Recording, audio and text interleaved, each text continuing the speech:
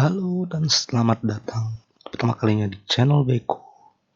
Oke, di sini aku bakalan sharing ya ke kalian semua di konten pertama Beko, yaitu baperin kopi atau belajar parameter in kopi. Astaga, judulnya tuh maksa banget ya, tapi apa yang penting kan isi kontennya. Jadi gue jelasin dikit ya, kopi itu sejatinya memang suatu yang sangat-sangat subjektif ya. Atau benar-benar berdasarkan preferensi dan pengalaman yang menikmati gitu. Tapi gimana kok kopi itu kita ukur secara subjektif dengan skor. Itulah fungsi cupping sebenarnya. Jadi kita bisa dapat nilai kopi itu sendiri berdasarkan skor, bukan preferensi dari orang yang menikmati. Tapi di sini gue nggak bakalan bahas yang namanya protokol cupping atau cara cupping itu sendiri ya. Karena lebih bagus kalau kalian tuh datang ke tempat-tempat kursus biar kalian diajar sama yang profesional dan kalian bisa lebih ngerti gimana sih cara cupping yang benar sesuai dengan protokol Specialty Coffee Association. Jadi yang pengen gue bahas adalah salah satu parameter dalam cupping itu sendiri yaitu body ya. Homebrewers dan banyak penikmat kopi di luar sana yang masih salah kaprah tentang apa sih body kopi itu. Banyak yang bilang kok body itu tekstur, kental encer. Jadi kalau kopinya makin kental, tandanya makin body. Kalau encer, tandanya nggak body gitu. Itu sebenarnya nggak salah ya. Tapi itu juga nggak benar. Itu tidak mewakili yang namanya body.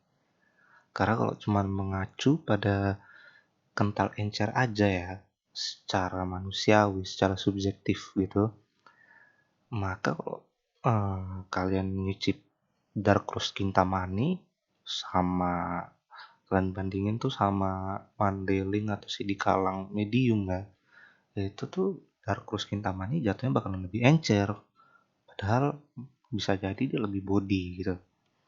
Jadi apa sih body itu? Body adalah kesan tekstur atau mouthfeel bahasa Inggrisnya tuh yang didapat dari cairan kopi. Ya, body itu kesan. Kesan itu kan berarti interpretasi yang ngacu pada subjektivitas yang mencicip. Jadi sangat-sangat subjektif. Tidak objektif ya. Dia lebih ke personal dibandingkan dengan objektivitas. Jadi gimana sih cara kita mengukurnya uh, biar bisa subjektif, biar bisa objektif gitu, biar bisa objektif dan akurat gitu. Tapi sebelum itu kita harus tahu dari mana body itu berasal. Body itu terdiri dari beberapa komponen.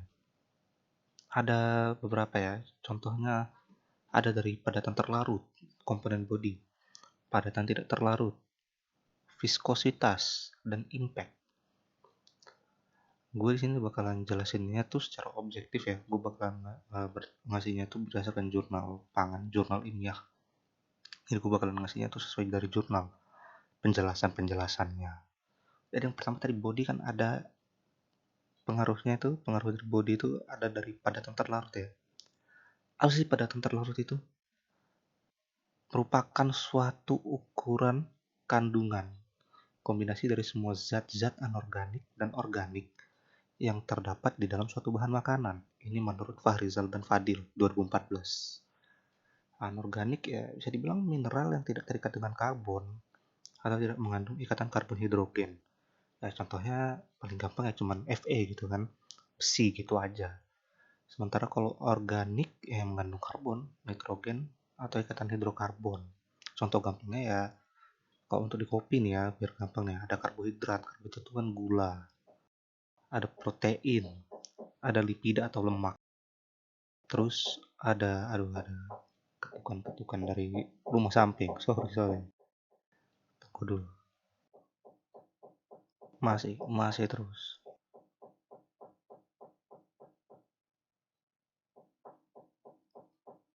Masih lagi. Astaga, lanjut aja ya. Terus ada menurut Desrosier 1988 yang mengatakan bahwa kandungan total padatan terlarut suatu bahan pangan itu meliputi gula reduksi, gula non-reduksi, asam organik, pektin, dan protein. Dan kalau menurut Bapak Winarno 2002, beliau menambahkan total padatan terlarut pada suatu bahan pangan sangat dipengaruhi oleh pektin yang larut. Jadi mudahnya gini, di kopi itu kan banyak mengandung gula.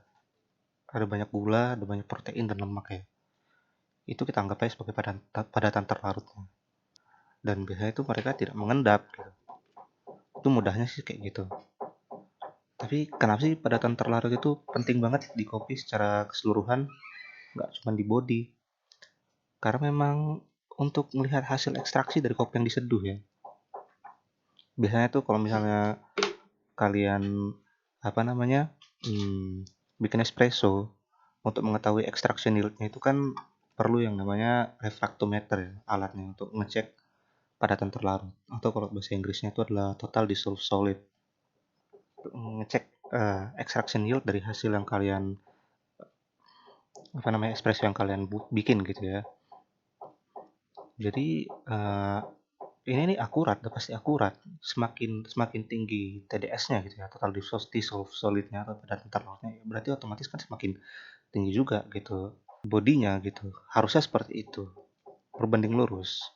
Jadi kalau misalnya kalian bayangin aja, kalian nyiapin nih 5 gelas berisi air ya, ada 5 gelas. Kalian nyiapin 5 gelas berisi air, terus ada gula tuh kalian tuang, tapi konsentrasinya berbeda-beda. Ada taruh satu gelas tuh nggak ada gula, masih ada ketukan-ketukannya guys. Oke. Yang pertama tadi lupa gue. Yang pertama itu kalian bikin tuh gulanya satu nggak ada, yang kedua tuh 0,1 gram, yang kedua 0,2 gram, yang ketiga 0,3, yang keempat tuh 0,4. Salah, yang kelima berarti yang kelima tuh yang nggak ada gulanya. Itu kalau kalian cek di refrakto ya, itu hasil pasti akurat. Hasil pasti akurat. Di mana tuh yang 0,4 pasti tuh hasil TDS itu pasti paling tinggi. Pasti. Nggak mungkin enggak. Itu pasti. Dan itu pasti akurat, jadi itu benar-benar bisa ngacu sebagai body gitu ya. Tapi kalau kalian cicip kan belum tentu benar, bisa aja kebalik, terutama yang 0% ya, yang 0% konsentrasi 0% gula sama yang 0,1. Secara refraktor dicek 0,1 lebih tinggi TDS-nya gitu. Makanya gue bilang mempelajari itu secara objektif dulu biar bisa kalian ngerti. Takutnya kalau misalnya langsung cuman berdasarkan kental encer aja kan nggak pas lah, nggak pas. Makanya kalau paling bagus sih untuk latihan mengetahui body kopi itu ya pakai refrakto ini sih sebenarnya. Kalian tuh bakal bisa lebih ngerti beda body itu di mana, ya kan, untuk masing-masing kopi. Nggak cuma kopi pun, kalau kalian beli makanan beli minuman gitu kan, atau beli ya makanan yang berkuah kan pasti tahu kan. Misalnya kayak kan beli soto yang bersantan ya kan, sama soto yang nggak ada santannya, pasti kan beda kan, walaupun sama encer. Tapi pas kalian coba itu, yang bersantan tuh kayak ada ngasih apa tuh ya, lebih lebih penuh di mulut, lebih ngasih kayak ada butiran-butiran, lebih ngasih rasa gitu. Ah itu body. Jadi nggak cuma kental encer aja. Walaupun pas kita ngeliat memang kayaknya itu yang santan bakalan lebih encer. Tapi karena kita udah tahu, otak kita udah berpikir kok yang ada santan itu pasti lebih encer kan begitu. Beda dengan kopi. Nah itu, makanya biasanya dengan mengetahui TDS ini aja, mengetahui total dissolved solid atau padan terlarut ini aja itu udah cukup untuk kalian bisa ngerti body itu apa dan gimana cara membedakannya. Penting sih lebih banyak latihan aja. Dan itu tadi untuk padatan terlarut. Untuk padatan tidak terlarut menurut gua sih sama aja ya kayak padatan terlarut, karena ini kan apa ya namanya ya, kayak ada padatan yang mengendap gitu aja. Bedanya kalau padatan terlarut itu kan dia nggak ada endapan, dia larut semua. Dia jadi kayak suatu padatan dengan molekul yang sangat kecil tapi dia selalu terbang, selalu mengambang di larutannya. Kalau padatan tidak terlarut dia tidak mengambang. Ada yang mengambang tapi dia terlihat tapi ujung-ujungnya bakalan ngendap. Bedanya di situ aja. Ada nggak ngaruhnya ke body? Ada. Kenapa? Karena ini bakalan ngaruh ke viskositas cairan. Kita langsung masuk ke viskositas. Apa itu viskositas? Viskositas cairan itu tidak hanya dipengaruhi oleh yang larut aja ya teman-teman. Dia juga dipengaruhi oleh sesuatu yang tidak larut gitu. Jadi menurut ibs.co.id nih, viskositas dipengaruhi oleh 4 hal, yaitu tekanan, suhu, ukuran serta berat molekul, dan yang terakhir kekuatan kohesi. Kalau menurut Bapak Winarno 2002 juga mengatakan bahwa peningkatan viskositas dipengaruhi dengan adanya penambahan gula dan konsentrasi gula yang ditambahkan. Semakin banyak penambahan gula dan konsentrasi gula yang ditambahkan, maka semakin banyak juga komponen zat organik yang larut. Semakin banyak komponen gula yang larut, maka zat organik yang terlarutkan juga semakin banyak, sehingga jumlah total padatan terlarut juga semakin tinggi. Semakin tinggi jumlah total padatan terlarut, maka nilai viskositasnya juga semakin tinggi. Ya kan? Kita ambil yang gampangnya aja. Dari pengaruh viskositas, yaitu ukuran serta berat molekul. Kalau kayak tadi kan berarti otomatis semakin banyak padatan yang terlarut, maka semakin tinggi viskositasnya. Berarti semakin tinggi TDS, semakin kental. Harusnya seperti itu kan. Harusnya dia berbanding lurus. Itu memang begitu sainsnya. Tapi kadang kalau di mulut kita kan tidak bisa. Tidak bisa ngecek. Kadang kita suka kebalik-balik gitu kan. Karena pengaruh kita itu terlalu susah ya, subjektif banget. Makanya tadi kalau gue boleh nyaranin, ya dari TDS. Itu pasti benar. Semakin tinggi TDS, makin viskositas dia. Otomatis makin body kan. Kayak gitu. Jadi kalau misalnya kita ambil dari salah satu pengaruh tadi ya, yang mempengaruhi viskositas, itu kita ambil aja yang ukuran serta berat molekul. Semakin berat suatu molekul, maka viskositasnya akan semakin tinggi. Ingat ya, ini viskositas yang tinggi tandanya makin kental. Jadi memang benar sih, kental itu pengaruh memang ke body kan. Tapi dengan kental aja tuh nggak cukup ya untuk mengetahui body. Karena memang kita kayak tadi gue bilang, jatuhnya tuh subjektif. Kayak gue nggak rekomendasi sih kalau kalian mau belajar body itu dengan cara, wah ini lebih kental, ini lebih encer, yang lebih kental itu lebih body gitu. Gue sih nggak saranin begitu. Tapi kalau gue sih bilang kita belajar secara sainsnya aja, jangan secara subjektifnya. Lebih enak kita belajar secara sainsnya. Kalau kita belajar secara sainsnya, kita udah pasti benar karena kita didukung dengan jurnal, ya kan, ada jurnal ilmiah, udah nggak bisa dibantah. Dia mau ngasih pendapat apapun, oh nggak bisa, itu kan menurut lo, tapi tidak menurut sains. Bisa kita bantah, gitu. Terus tadi yang terakhir ada gue masukin ada impact, ya. Apa itu impact? Ya, bukan game ya. Impact itu kan secara harfiah itu kan artinya dampak ya. Dampak di sini tuh maksudnya adalah dampak cairan kopi ke kita sebagai penikmatnya secara keseluruhan.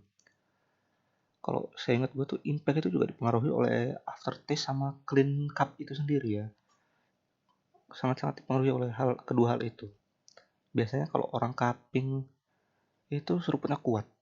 Kalau misalnya kalian pernah datang ke acara cupping atau pernah ke apa namanya hmm, kursus cupping, atau misalnya ya gimana apalah gitu yang hubungan dengan cupping kopi, pasti kan kalian pernah dengar orang yang seruput kuat tuh, kuat banget kan, sampai bingung kadang gitu gimana caranya biar kayak gitu ya, emang kerasa gitu. Nah itu justru impact gitu, itu impact ke mulut tuh bakalan kuat banget. Tapi jujur gue agak bingung sih untuk jelasin ini, karena impact kan lebih ke praktek sama ke pribadi masing-masing. Gue udah nyari jurnal ilmiahnya itu nggak dapet sama sekali ya untuk impact ini. Kalau gue boleh jelasin secara pribadi, untuk nentuin body, biasanya body itu kalau di mulut tuh kayak ngelawan. Dia tuh nggak lembut pas di mulut. Jadi kalau misalnya ada cairan kopi nih ya, kalau minum kopi, tuh kayak ada butiran-butiran kecil gitu yang ganggu lembutnya cairan kopi. Tapi butiran tersebut tuh ngasih impact, ngasih rasa gitu. Nah itu impact tuh kayak gitu. Agak susah sih buat gue jelasin impact. Jadi gue mohon maaf banget sebelumnya ya. Terus para homebrewers di luar sana, gimana kalau kalian ingin belajar body gitu. Kalau gue sih saranin yang pertama itu coba cari alat refrakto ya. Coba cari alat refrakto ini untuk yang punya duit khususnya. Karena harga refrakto itu mahal ya. 2 juta sampai 8 jutaan harganya, mahal banget.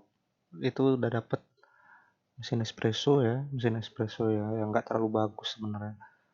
Terus kalau nggak pakai refrakto bisa nggak? Bisa. Kayak tadi yang cara gue pertama jelasin tentang TDS tadi, itu dengan 5 gelas air. Tapi untuk kalian belajar hal ini, kalian harus punya dulu ya timbangan. Banyak kok timbangan yang murah, 30 ribuan sampai 100 ribuan yang bisa 0, ya timbangannya. Lu siapin 5 gelas air. Kalau bisa gelasnya sama. Beli aja kalau nggak cup-cup apa gitu, cup-cup air mineral apa-apa. Bikin 5 gelas. Bikin yang paling pertama itu konsentrasinya 0. 0 gram, berarti tanpa gula sama sekali. Dalam 100 ml ya. Ingat 100 ml air. Yang pertama nggak pakai gula sama sekali. Yang kedua timbang 0,1 gram gula larutin ke gelas kedua. Habis itu yang ketiga 0,2 gram, yang keempat 0,3, yang kelima 0,4. Terus lu bikin label di bawah, lu bikin label terus tempelin di bawahnya. Jadi lu nggak tahu itu tuh yang mana, yang 0,1, yang mana 0,2, mana yang nggak pakai gula. Terus lu cari orang siapapun itu, minta acak. Acak itu gelas. Jadi lu nggak tahu kan yang mana yang 0,1, mana yang 0,2 gitu kan. Situ kan berarti diuji, benar-benar diuji kapasitas lu sebagai seorang penikmat kopi kan, untuk cari tahu yang mana yang ada gulanya, yang mana enggak. Di sini bukan mencari yang manisnya, tapi untuk mengetahui body. Kadang 0,1 ini susah loh. Ini sering kebalik-kebalik orang, terutama untuk yang 0 gram sama 0,1. Berdasarkan pengalaman pribadi gue ya, yang banyak banget yang kebalik-balik di 0 gram sama 0,1 itu banyak banget yang kebalik. Di sini kan kita bakalan blind test ya, bakalan apa namanya, nggak tahu, benar-benar nggak tahu yang mana. Dan ini skill kalian tuh bakalan diuji. Tapi kalian bakalan makin paham dengan yang namanya body. Nggak apa-apa kalau awal-awal salah, itu nggak apa-apa. Yang penting ada proses belajarnya biar kalian ngerti. Terus mungkin lo nanya, dari tadi kan gue jelasin secara ilmiah gitu. Terus tes ini valid atau enggak? Valid. Tes ini valid kok. Tes ini sendiri digunakan oleh pabrik-pabrik makanan untuk para QC-nya ya, quality control-nya dan R&D mereka, biar lidah staff mereka itu terkalibrasi selalu. Jadi mereka cicip nggak salah kayak gitu. Kalau kalian merasa udah merasa pede nih, oh udah bener nih, udah nyicipin gula-gula ini udah bener. Kalau bisa udah coba aja langsung di kopi gitu. Bisa, nggak apa-apa. Coba aja beli kopi di level roasting yang sama nih. Misalnya kalian beli light roast, tapi originnya beda-beda. Ada Mandailing, Sidi Kalang, Kintamani, Ciwidey misalnya, sama Flores Bajawa gitu. Kalian cicip tuh, mana tuh ya yang paling ini. Tapi kan kalian di sini nggak bisa menentukan.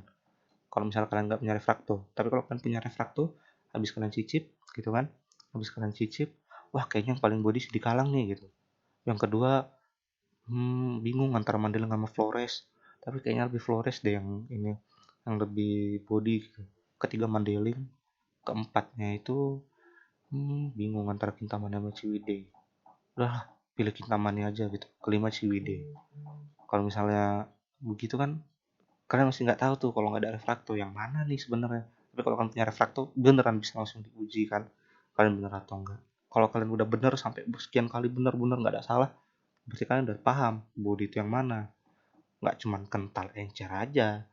Karena kok kita ngomongin kental encer, Kintamani tadi yang light terus sama Ciwidey juga sama-sama encer. Bingung dah lo tuh.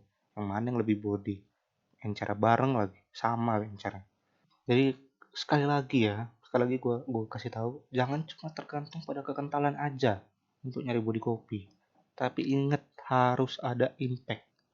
Ada tuh kayak butiran-butiran kecil yang ganggu. Tapi itu ngasih rasa. Jadi kayak, wah ini ada ngasih impact nih, ada ngasih rasa. Ini gue jadi berdasarkan ini secara pribadi gue ya, dari pengalaman gue ya begitu. Gue juga awal-awal tuh gak ngerti sama sekali tentang body. Gue bilangnya cuman kental encer doang tuh, body kental encer aja. Padahal tidak seperti itu. Karena gue langsung dites, langsung diuji sama trainer gue. Kalau emang katanya cuma kental encer doang, coba nih cicipin nih. Disiapin, persis kayak yang gue jelasin ke lu semua. Gue dikasih sidikalang medium rose sama kintamani dark rose. Mana kental mana encer katanya. Gue bilang, wah kentalan si ini nih, sidikalang medium rose, kintamani encer, padahal dark rose. Pas dicek TDS-nya salah dong. Pas dicek TDS-nya tuh kintamani itu lebih tinggi TDS-nya dibanding si sidikalang. Katakan salah, berarti kintamani itu lebih body. Berarti kan persepsi lidah gua tentang kental encer aja salah kan. Itu. Makanya gue bilang lebih bagus sih belajar TDS-nya itu aja. Bagus sih kalau lu punya refrakto ya, lu bisa beli refrakto bagus. Kalau enggak ya belajar dari gula itu aja. Belajar dari gula itu. Kalau bisa konsentrasinya lu rendahin lagi. Itu biar bisa lebih paham. Mungkin sekian dari Beko ya untuk pelajaran baperin kopinya ini. Di episode selanjutnya mungkin gue bakalan jelasin tentang parameter-parameter yang lain. Jadi tetap pantengin channel ini untuk baperin yang lainnya. Tapi asal jangan baperin anak orang aja ya. Oke, bye.